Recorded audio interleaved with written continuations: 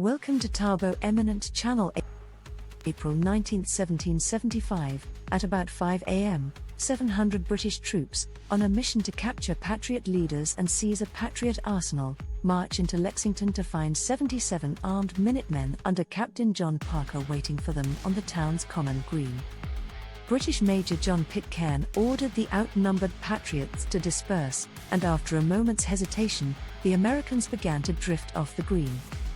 Suddenly, a shot was fired from an undetermined gun, and a cloud of musket smoke soon covered the green. When the brief Battle of Lexington ended, 8 Americans lay dead or dying and 10 others were wounded. Here's a quick overview of what happened. Thanks for watching. Request you to subscribe the channel. Background: tensions had been rising for years between the American colonies and the British government due to issues like taxation without representation, British military presence, and colonial resistance. The march to Concord: British troops were sent from Boston to Concord, Massachusetts, to seize colonial weapons and arrest revolutionaries. The colonists had been warned, thanks in part to Paul Revere's famous ride. Lexington: at dawn, the British troops encountered a group of around 70 armed colonial militia on the Lexington Green. A shot was fired, the shot heard round the world, though it's still unclear who fired first. The skirmish left 8 colonists dead and marked the official start of armed conflict. Aftermath: the British continued to Concord, where they faced more resistance and were eventually forced to retreat to Boston under constant fire from colonial militia. This day marked the beginning of the Revolutionary War, which would last until 1783. The Battle of Lexington, fought on April 19, 1775, marked the dramatic beginning of the American Revolutionary War. In the early hours of the morning, British troops marched from Boston toward the town of Concord, Massachusetts, with orders to seize colonial weapons and arrest rebel leaders. But their plans were no secret. Thanks to riders like Paul Revere and William Dawes, colonial militias were alerted in advance. In Lexington, a small group of about 70 Minutemen, colonial volunteer soldiers, gathered on the village green. They faced nearly 700 well-armed British redcoats. What happened next remains one of history's great mysteries. Someone fired a shot, no one knows who, and chaos erupted. The British troops opened fire, killing 8 colonists and wounding several others. The militia was quickly overwhelmed and scattered. Though the skirmish in Lexington was brief, it sent shockwaves through the colonies. The British continued on to Concord but were met with fierce resistance. By the time they began retreating to Boston, hundreds of militiamen had poured in from nearby towns, firing at the redcoats from behind trees, stone walls, and fences. The day ended with significant British casualties and a shaken army. The clashes at Lexington and Concord united the colonies in their struggle for independence. These first battles were more than just military encounters, they symbolized the breaking point in a long-standing conflict between the British Crown and American colonists. From that day forward, there was no turning back.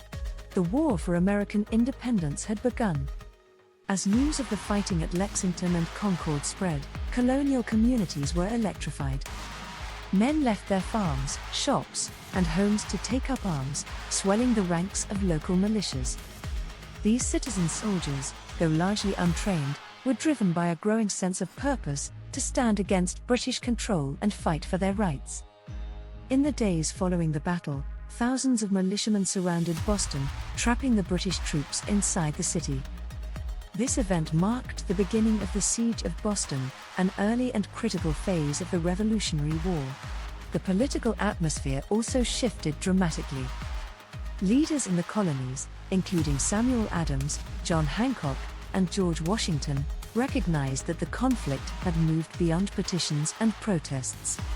The Second Continental Congress convened in Philadelphia just weeks after the battles, and the delegates began preparing for a full-scale war. They established a Continental Army, and George Washington was chosen to command it.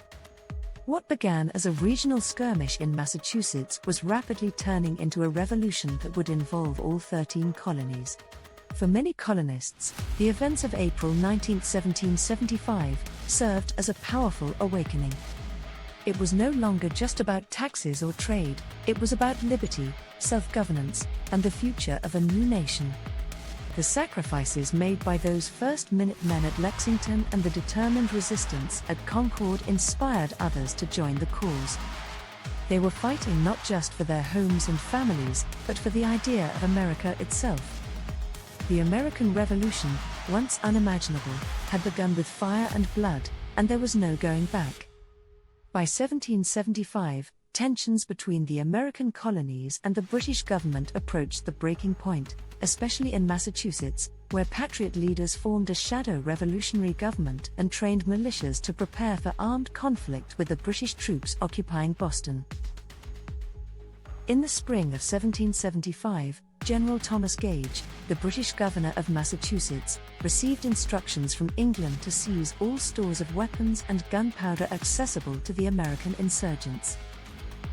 On April 18, he ordered British troops to march against the Patriot arsenal at Concord and capture Patriot leaders Samuel Adams and John Hancock, known to be hiding at Lexington.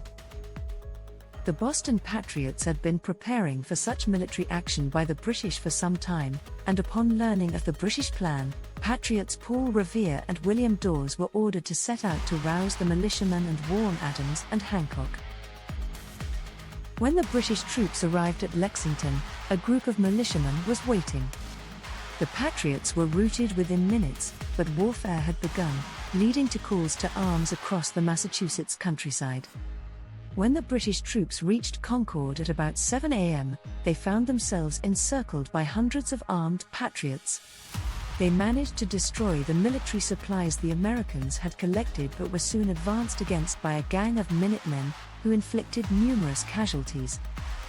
Lieutenant Colonel Francis Smith, the overall commander of the British force, ordered his men to return to Boston without directly engaging the Americans. As the British retraced their 16-mile journey, their lines were constantly beset by Patriot marksmen firing at them from behind trees, rocks, and stone walls.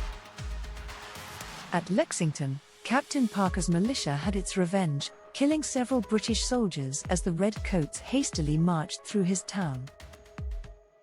By the time the British finally reached the safety of Boston, nearly 300 British soldiers had been killed, wounded, or were missing in action. The Patriots suffered fewer than 100 casualties. The battles of Lexington and Concord were the first battles of the American Revolution, a conflict that would escalate from a colonial uprising into a world war that, 7 years later, would give birth to the independent United States of America.